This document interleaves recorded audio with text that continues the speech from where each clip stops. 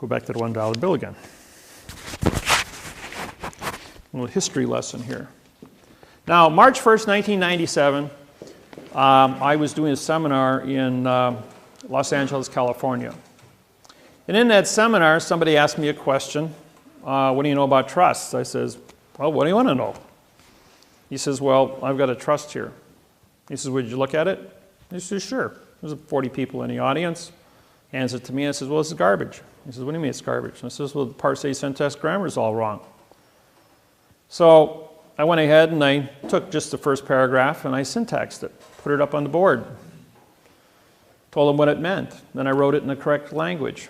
2 IRS agents were in the front row. Jumped up and realized that I just broke $40 trillion worth of trust held in the United States. That's 25 million trusts. As they hit the door, trying to get out the door at the same time to get to the payphones, because back then we only had payphones, they locked their shoulders in the door jamb, and it looked like the Keystone cops trying to get out of a phone booth. Well, everybody had a really good laugh as these 2 clowns were trying to get through the door, but what they were doing is trying to get to the phone first.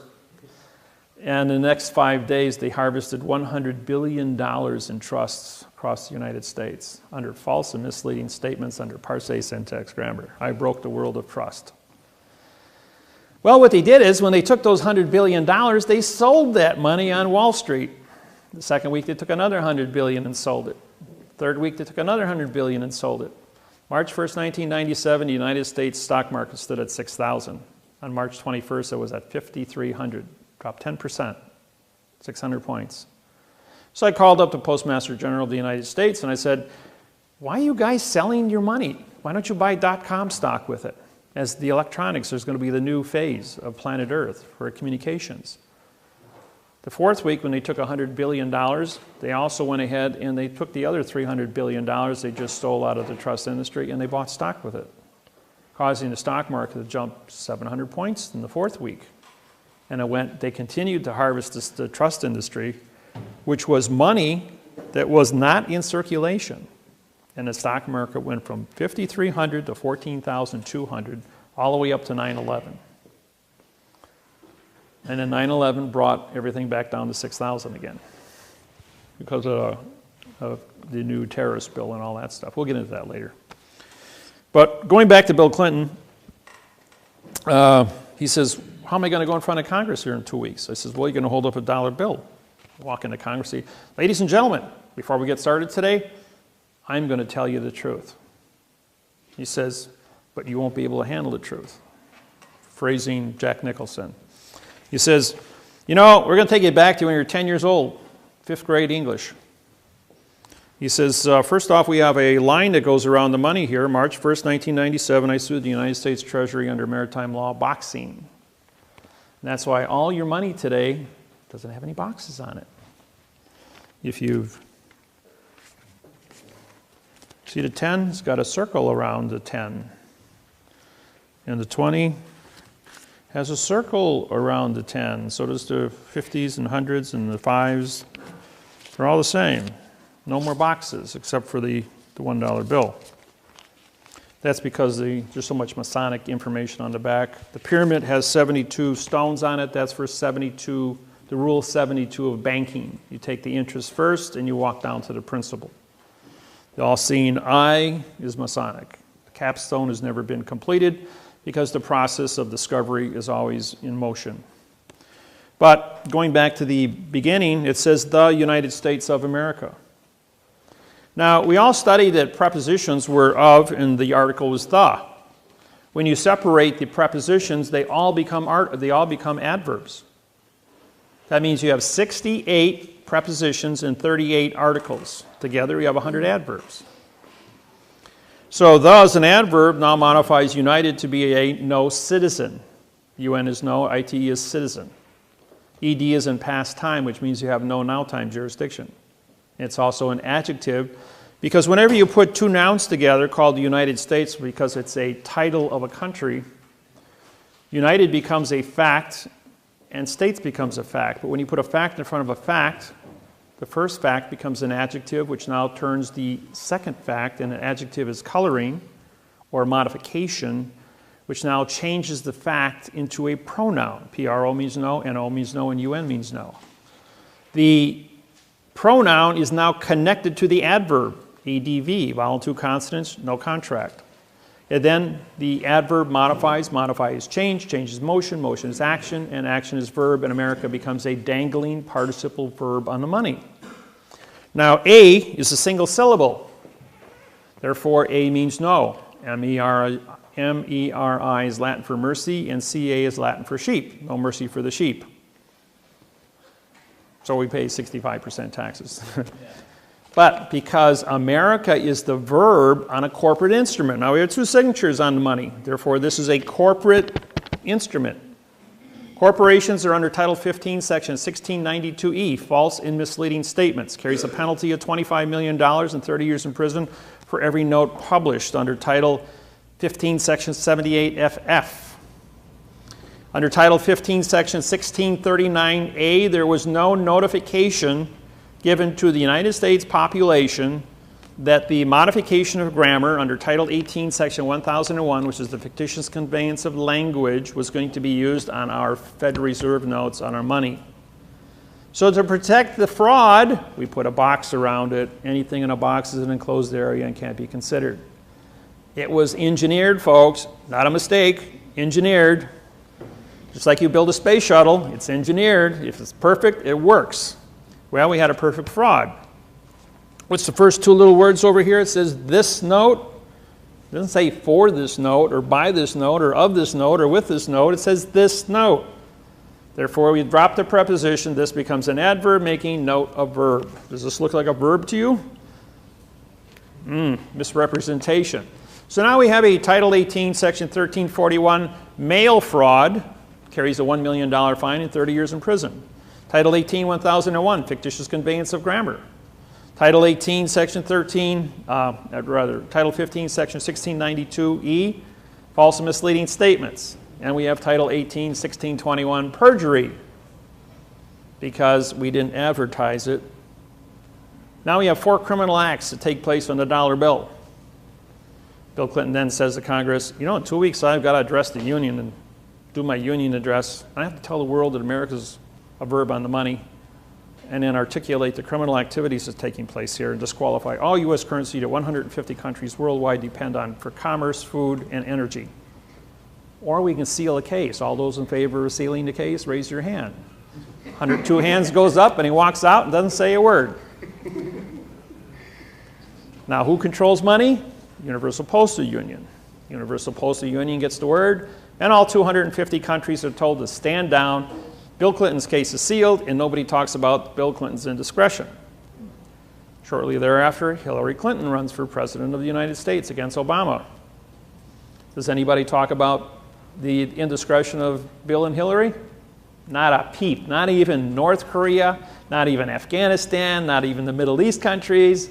All the people that hate the United States are all told by the Universal Postal Union, you will keep your mouth shut and don't talk about anything of Bill Clinton, or he's going to spill the beans on the language. Squeaky wheel gets the oil. You think you got freedom of speech? Yeah, it stops with the money. Who controls the money controls the world. Always follow the gold. So therefore, Hillary doesn't make it. Obama's elected as the 47th consecutive left-handed president. Romney is right-handed, by the way. There's never been a right-handed president. What does that tell you? Who's going to win the election? Obama, yes. Or me. I have 5 billion people on my website. I have the 58% of the world's population studying parse, syntax, grammar. I could very easily be as a written-in candidate come November 5th, 6th. Yeah, November 6th, that's right, Tuesday. Just like Lewinsky did in Poland. Stood up, people found him to be an honest person, and he got 92% of the write-in vote. Became the best president Poland ever had for 10 years until he took a bribe and got thrown in jail. True story. So the money is a key here. Always follow the money. Now, you came here, most of you, or some of you, are involved with mortgages. The mortgage that you are in possession of was written entirely in adverb, verb, adverb, adjective, pronoun, and pronoun, adverb, verb. The mortgage has 6,000 mistakes on it. It is a perfect document that has absolutely 0 facts on it, and it was not signed by your bank. No mortgage in the United States of 64 million mortgages was ever signed by the bank since 1934. Stalin captured Russia, nationalized it in 1917. He went to Rothschild and said to Rothschild, I need money to fight the Bolshevik Revolution. Rothschild says, you can have all the money you want. Remove the article from your speech in Russian. And Stalin killed 80 million Russians who refused to use adverb-verb grammar. That was the secret. Because there was no TV or radio back then, it was very easy to genocide a population and without having anybody know it. They did the same thing in Hawaii from 1800 to 1829. 38,000 Hawaiians had their heads cut off because the Hawaiian language has no vowel into consonant conception, and they use prepositional phrases. And because they wouldn't speak an adverb verb like the church wanted them to study, they cut off their heads. And finally, after doing enough of them, people got the message that if we don't follow this new adverb verb program, then we're going to be dead. So that's how they captured Hawaii. So this brainwashing of the adverb verb scenario became relevant. And so Stalin was able to get financing and captured Russia. In 1934, Mao Zedong nationalized China, which had 1,200 dialects. Now they only have 4. So we need usually 3. I just came back from 23 days in China. That was quite an eye-opener, going to China. Everything you hear about China, total nonsense. I'm here to tell you, it's total brainwashing. Those people are, if I blindfolded you and dropped you off in China right now in the countryside, you'd think you're in Indiana. It's flat, all farms, people working, growing corn, wheat, barley, everything. Just they don't have any equipment. They're all out there working by hand. And they're pushing carts. They don't have tractors pulling things. Some of the bigger farms will use a tractor. And these tractors are pretty old. They're like 30, 40 years old. I didn't see any modern equipment anywhere, but I saw a lot of labor. Now they got 1.4 million people, 1 billion people. So they got plenty of people. But most of the country is either mountainous or desert, so there's very small farm areas. I drove probably 600 miles totally around China's countryside. When I got off the plane in China, I was met by a translator, as I have held an ambassadorship with China since 2002 as a result with the United Nations and my plenipotentiary judgeship. So when I showed up in China, they met me as a returning ambassador to China, and I was put in the presidential suite at the Bird's Nest, which is the Olympic Village in Beijing, for 10 days with a chauffeured limousine at the state's expense. But then what they wanted me to do was syntax, their electronics program. So I took a 1,800-word patent on a new electronics cell phone. The new cell phone is transparent aluminum, 3 by 5-inch screen, 3D holographic. It has a 200 lumen video projector. And then when you set it down, it has pop-up AirTouch keyboard, just like Minority Report. Really state-of-the-art stuff. And it's not a 4 gigabyte, it's 1 terabyte. We're talking 128 gigs on a 20 nano chip to a terabyte for efficiency, memory. The 200 lumen is in high resolution Blu-ray, and it puts out a 4-foot screen. Set it down next to your computer, it talks to your computer, transfers all the information from your computer into the cell phone and puts it up on a 4-foot screen. It also has a 2-inch by 2-inch transducer, it's called a subspace transducer. It's a microphone, it's a speaker, and it's also an antenna. Has a 38-mile range, can operate 100 feet underground, underwater, can read minerals up to 100 feet underground because it works in subspace. Now think of the hydrogen atom. You have an electron and you have a proton. This goes into space between the electron and the proton. As you know, all objects that we touch are held together by atoms. Atoms run on electromagnetics. But this operates in the space between the atoms and the electrons in subspace. Therefore, it can transmit 38 miles between towers and also operates underground. So this is the next stealth technology. That doesn't exist anymore with this new technology. The military's had this for 12 years and has been declassified because all the other militaries in the world now have it, so they're going to make it available to the public. So this is going to be the new cell phones coming out. Even though your Galaxy 3 might be pretty special at the cell phone store, this next generation cell phone is going to be something else. It's going to be Star Trek material. And, well, you've got a really good patent here, right? Written in adverb verb. And I was at this meeting with 5 electronics firms that the Chinese government invited me to be there. We had the guy that developed the subspace technology back in 2000, Michael, and Joseph was a Nikola Tesla electronics genius. He built 4 of these Nikola Tesla coils. So bring these 2 guys together, and they got this great electronics patent. But what's an object, just like this pen, what's an object worth if you don't have a patent for it that's written in quantum language? They can be protected worldwide. So they brought me in because I'm the only guy on the planet that writes quantum. So we went ahead and we showed it. We brought in 2 university professors from Beijing and 1 from Hong Kong on grammar. And they looked at it and said the patents couldn't be rewritten in less than 4 months.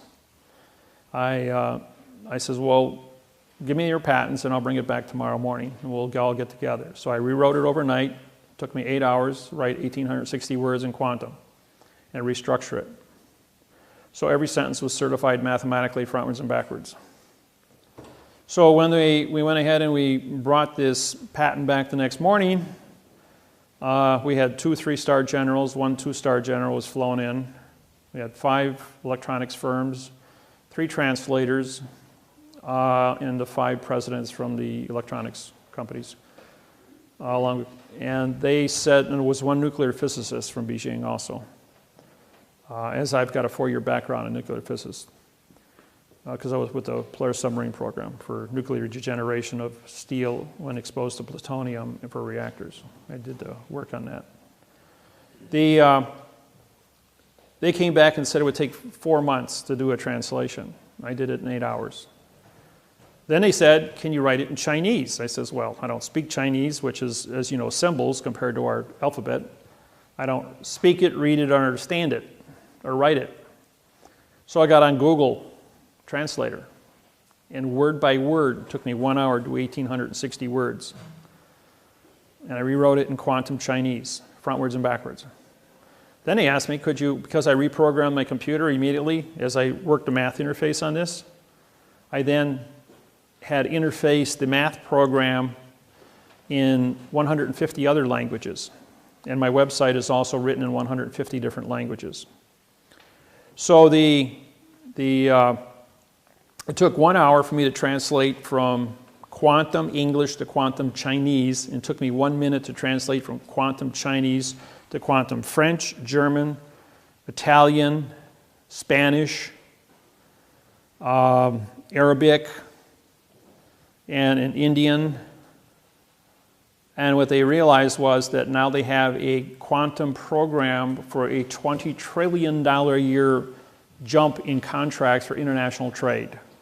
We also gave them the international transportation of money contracts to transport money between one country and another for the new international quantum banking programs that Russell Gould and I have put together. All 150 nations worldwide have been given the patents to this technology for free. I've made this all available so the whole planet can switch over simultaneously. You can't have a world of fact and the world of fiction exist simultaneously, as fact and fiction can never meet. So in 2000, we educated the entire planet banking industry, and we gave them all of these 115-page bank treaties written in quantum grammar. It took us 7 years to put together. This is a 32-year program, by the way, that I've been working with personally, and been in the architect of this whole thing to change the entire planet from a world of verb into a world of fact, so no one can ever go to war again.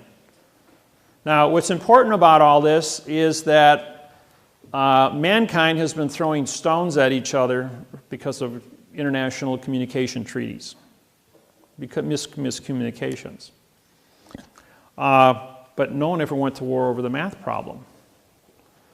Now, how many of you know about the object in Greenland? A couple of you, okay.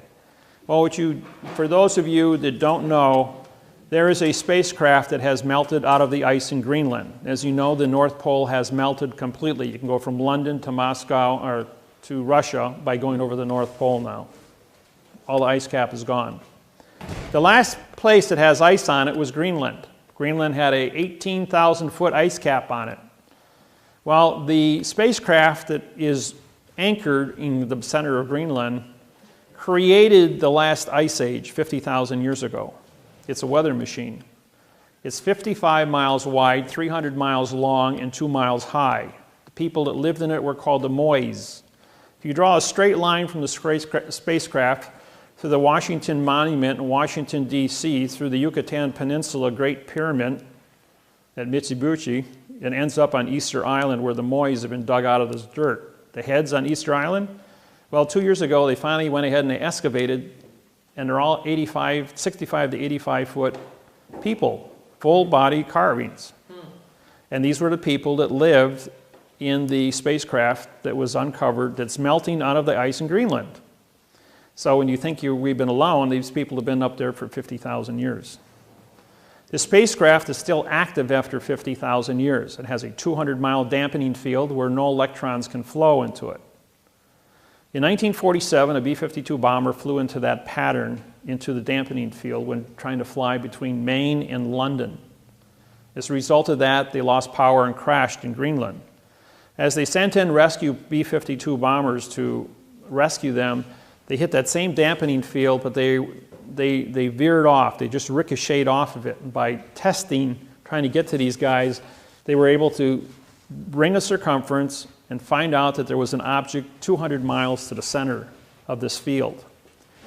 On the southwest corner of Greenland, there is a small community. It's the only community on the island of Greenland.